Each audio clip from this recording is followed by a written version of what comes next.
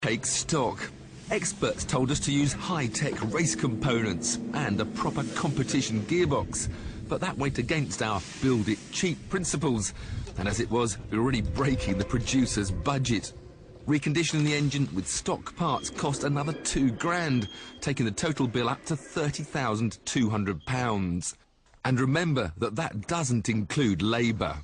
It was time to attack the problem from a different angle. So we went to a wind tunnel. To go 10% faster requires 33% more power. So to take some strain off the engine, we thought we'd try and improve the Esprit's aerodynamics. As you near 200, the wind resistance increases exponentially, making each mile an hour ever harder to achieve. We hoped a more slippery shape would let us cut through the drag to hit our target. Using 4 huge fans from an old Air Force bomber and smoke trails to trace the turbulence, we could see where the improvements were to be made. The first suggestion was to lower the car, to reduce the amount of dirty air beneath it. So we fitted some new springs for about £600. Taping up some of the ducts made a marginal improvement, while removing the wing mirrors helped a lot, letting air pass down the side of the car more easily. But the biggest improvement came by removing the rear spoiler, which creates a lot more drag than it does downforce. Add a Perspex panel over the engine bay and the airflow is much improved. As a result of all this, the drag coefficient was reduced by just under 17%, which by Mara's calculations should mean an extra 12 miles an hour and a theoretical top speed of 206.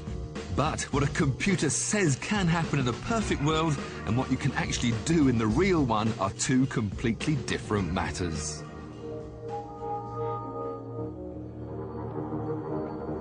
So here we are, back at Woodbridge, full of hope and fully specced up after all the smoky dramas of the last time here. But to make matters worse, it's been raining. The surface is decidedly wet, which not only makes the getting going harder, but more importantly, makes the stopping even more difficult. Hey-ho, 200 miles an hour on a budget. Here we go. Once again, the boys from Thames Valley were along to prepare the car. They seemed confident. They'd seen 190 miles an hour on a test run. But after 10 months of setbacks, you can probably understand I was a bit nervous it would all hold together. First run of the day and just a gentle cruise at 60 miles an hour to calibrate the GPS speed monitor and to give it a bit of a shake left and right to make sure everything feels as it should. With the engine and my heartbeat warmed up, I made my way to the end of the runway. Right then, run number 1, and hopefully the engine is going to run cleanly. Oh, plenty of wheel spin in first, up to second. More wheel spin, short shift in third. But still, it's not wheel spin. I don't believe this, up to fourth. It's a clutch slipping. What I thought was wheel spin, I don't believe it. It's clutch slip. Oh, 5th gear, cruising. There was nothing for it but to limp back to the pits area. And I wasn't amused. While I went to find something to kick, the damage was assessed. 30 minutes later, and I was back in the car. The clutch plates had been cleaned up, but they were well worn. We were told we'd only get one more run in it. Join us after the break to see whether we reach target 200. We're halfway through our quest to do 200 miles an hour on a tight budget. And just to prove it isn't a flight of fancy, we invited along a couple of other home-tuned cars that had already been there and done it. This is the Fensport Corolla. Its 2-litre turbocharged engine develops 700 horsepower. It's taken £35,000 of parts and 3 years of effort to develop. But earlier this year, this unassuming little car managed an official 200.4 miles an hour. It was here to show us what could be done. Piloted by Adrian Smith, this car has four-wheel drive, so it's awesomely quick off the line, even in the wet. On his first run, Adrian managed over 180, so he waited expectantly for the second. But even the experts have their off days. And unfortunately, the Corolla destroyed its gearbox shortly after the start. Just goes to show how difficult this 200-mile-an-hour game can be. Bring on Rod Tarry's Sierra Sapphire Cosworth. The standard model kicks out a fairly healthy 200 horsepower, but Rod's made a couple of tweaks, and his car's got 850. Mind you, it's taken him 6 years to develop and £43,000 to achieve.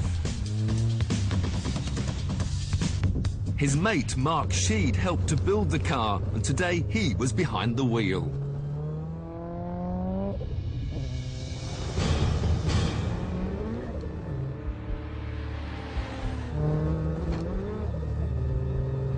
Naught to 100 in 7.15 seconds. 0 to 150 in 13.2. Question is, will it beat its current record of 206.1 miles an hour? Incredibly, he stops the clock at 206.0.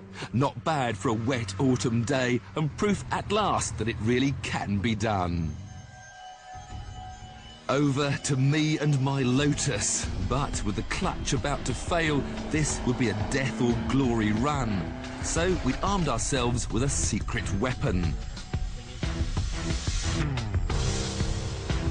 The Wizards of Noz had fitted £520 worth of nitrous oxide kit. Just hit the trigger and another 100 horsepower would be released. When they tested it, they'd got wheel spin in third gear.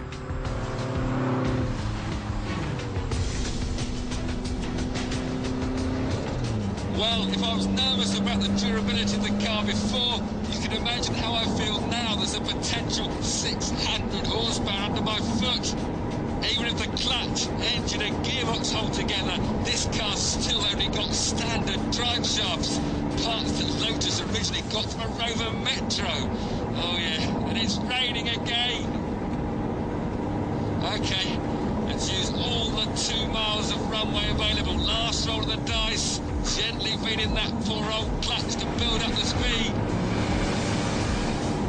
Third gear, 101 miles an hour. It doesn't feel as though it's pulling perfectly. It doesn't matter. Fourth, 130. Hit the nitrous. 160, 170, 72, 70. Oh, I'm out of brake. I have to brake. I've got to brake. It's not gonna do it. Even with the nitrous, there was no punch at the top end.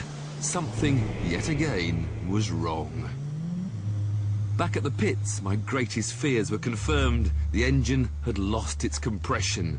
Time and money had run out. It was the end of our project. I can't believe that's the end. Surely not, Tiff. That's it. So how much did he spend in the end, then? £31,320. I mean, it didn't work, but why? Why didn't it? What happened to it? Well, on the day, I think we had that problem. We burnt the piston before.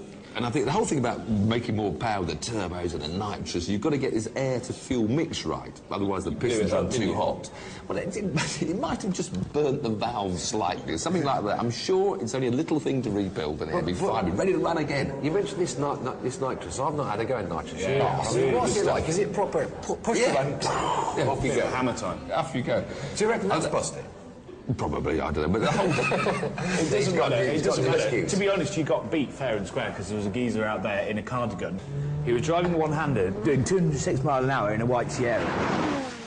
So if you're going to have another go, surely you'd change a few things. What would you do different? Nothing. We're on the right track.